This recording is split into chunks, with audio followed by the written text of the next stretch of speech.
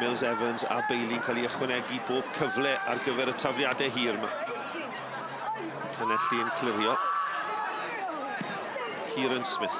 Hir ganddo fe a'r camgymeriad yn rhoi'r cyfle i Lyfridge. Lyfridge, y prif sgoriwr, yn erbyn Jones. A mae Lyfridge yn cymryd mantais o'r camgymeriad erchyll gan amddiffynwyr y Drenewydd.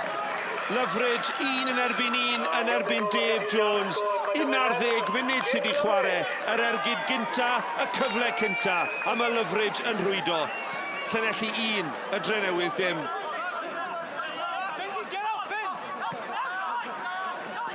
Jones yn croesi'n gynnar. Marsh sydd yno. Mae Jones yn ei methu hyd yma. Jordan follows Bale yn gwyro yn heibio'r postyn. Jordan follows mor agos i ddyblu mantais Llanelli. Ross Jones, i tharo un hir mewn i'r nos.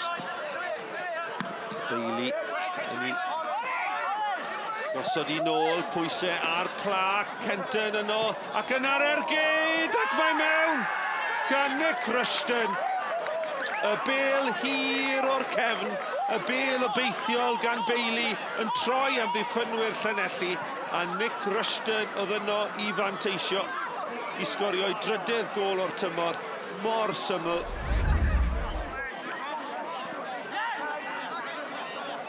Fletcher. Rushton rhwng yr amddiffynwyr, dim cam sefyll, sgiliau da, croesiad hyfryd, ac yna Mitchell!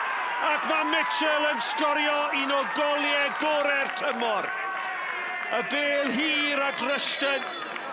Rushton yn reoli'n wych, yn troi ac yn croesi, ac yna ar y foli. Neil Mitchell ar draws yr amddiffynwr. Y bêl yn dod oddi ar y bar. Y Drenewydd ar y blaen. Callum Roberts, 4 yn y mir amddiffynol. O gwmpas y wal yn taro'r bar. Callum Roberts. Mor agos at ychwanegu'r drydydd.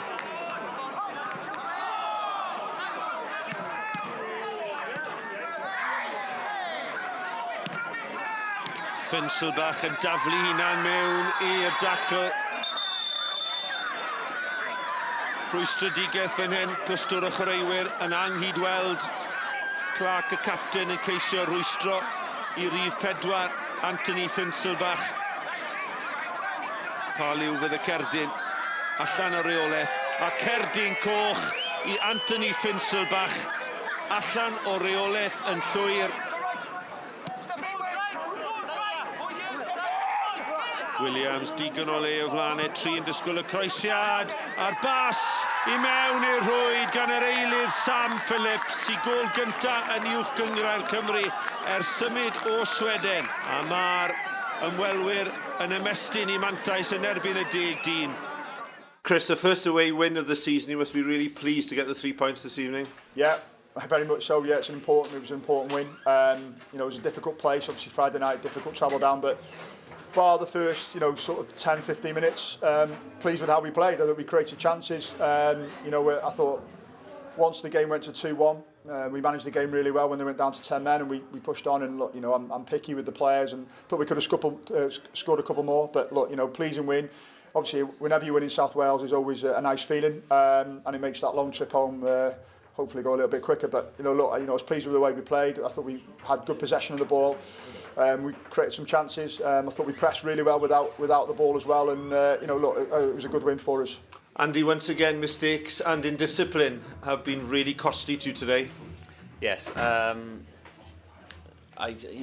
think first half we get a chance, a bit of luck that we haven't had all season. I'm obviously we scored from it, and then we have another chance then where we could go 2-0 up, which we don't take, and you know we only got ourselves to blame from that.